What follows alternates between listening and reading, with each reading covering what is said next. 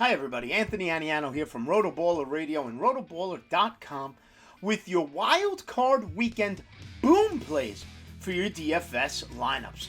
We'll start at the quarterback position. Two quarterbacks I like this week for a nice price point.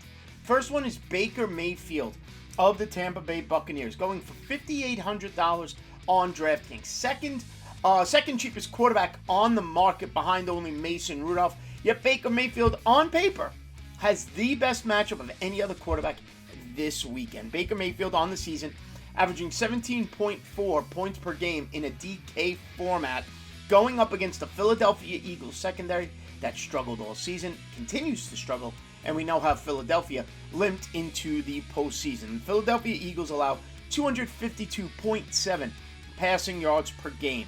They've allowed 24.2 points per game to the quarterback position, including 35 passing touchdowns allowed on the season.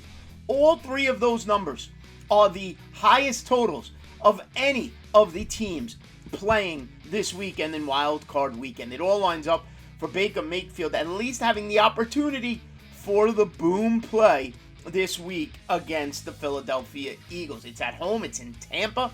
You're not in Philadelphia. Listen, I know Baker could be inconsistent at times, but in a tournament setting, if you're putting multiple lineups in, Mayfield at $5,800, like I said, only Mason Rudolph is cheaper, allows you to add some other players at some other positions in a great matchup against those Eagles. If you don't like that, you could also take a look at Joe Flacco, priced at $6,100 on DraftKings, the third cheapest. Only Baker and Mason Rudolph are less on DraftKings. Joe Flacco, since taking over for the Cleveland Browns, averaging 24.4 fantasy points per game. So he's only 3,000 more than Baker Mayfield, yet averaging about 7 more points per game. He goes against the Houston Texans. Texans allowing 234.1 passing yards per game, 20.8 points per game to opposing quarterbacks, and 17 passing touchdowns on the season. Listen, Joe Flacco's been fantastic since taking over. He saved the Browns season. He's made Amari Cooper a star once again. So Joe Flacco and Baker Mayfield are my two boom plays at the quarterback position. Now, at the running back position, I'll stay with the Cleveland Browns and take a look at Kareem Hunt for a dirt cheap $4,700. Now, he's not going to get a ton of yardage. I'm not expecting that. But what I'm looking for is some goal line work and potential touchdowns for Kareem Hunt, averaging 7.9 points per game in a DK format. Now, on paper, Texans are very good against the run. They allow only 20.6 points per game to opposing running backs. But where the matchup favors Kareem Hunt against this Texans lineup is rushing touchdowns allowed. The Houston Texans have allowed a total of 13 running back touchdowns, 11 rushing, 2 receiving.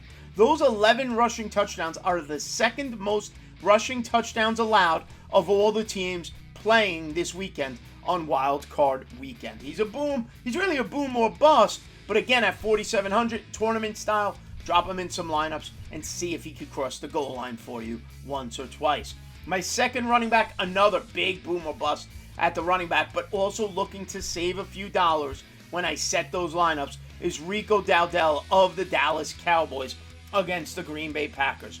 Only $4,600 on DraftKings, and rightfully so, only averaging 5.7 points per game in a DK format. But his matchup is fantastic. So is Tony Pollard. Tony Pollard, though, you're going to pay up for. Whether you want to do for that is a decision you need to make. But the Green Bay Packers allow 128.3 rushing yards per game. It's a run defense I have picked on all season long. They allow 21.6 points per game in a PPR format to the running back position to the Green Bay Packers. And they've allowed a total of 14 touchdowns on the season to the running back position. 13 on the ground, 1 through the air. Tony Pollard's going to get the bulk of the work. That's why Rico Gathers is a boom or bust candidate at $4,600. Again, you use him as your second running back. It allows you to get higher end running backs into your lineup if you want to roll the dice on that boom or bust play.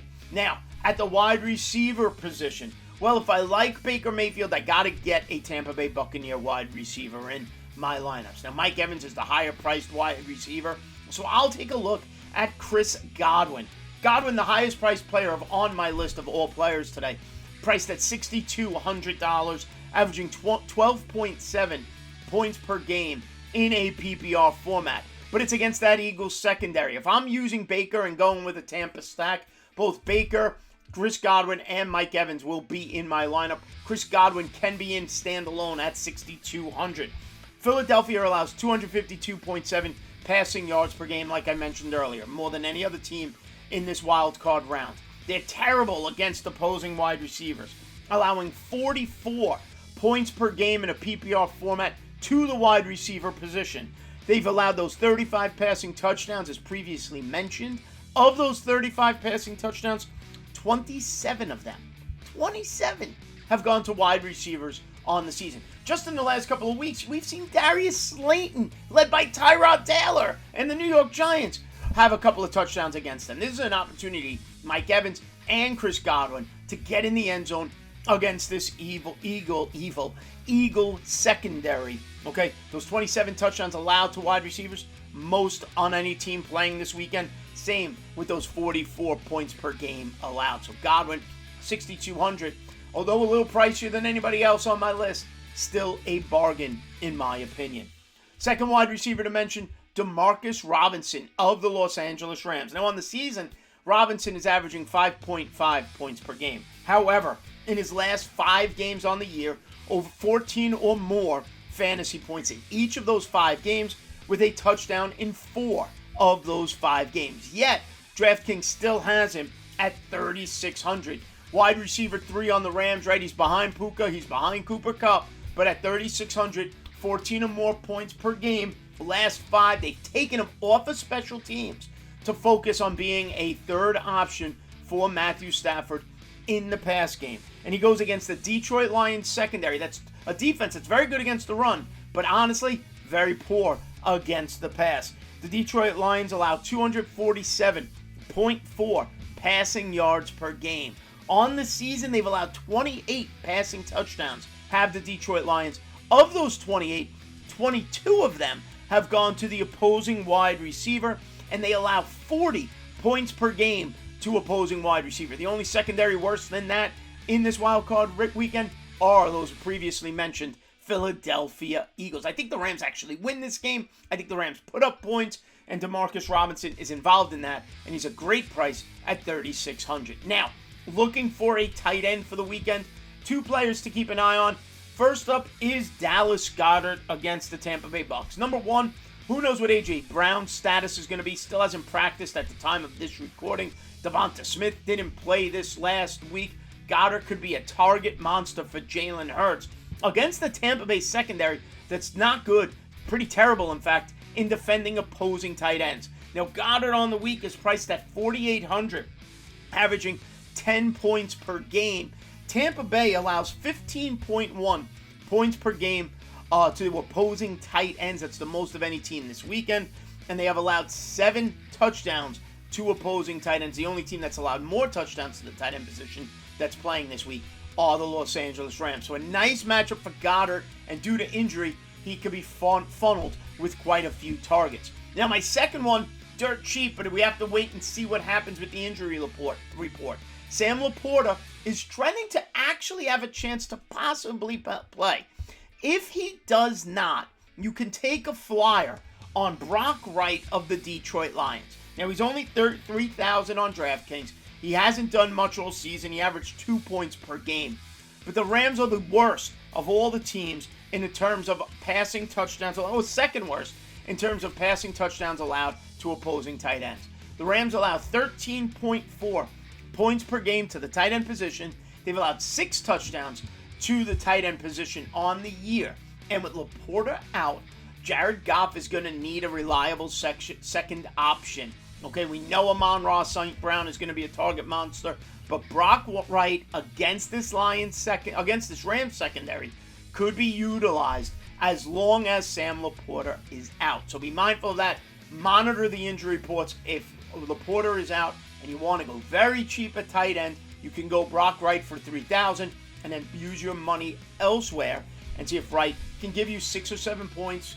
Not many yards. I'm not expecting a ton of catches, but the possibility for a touchdown.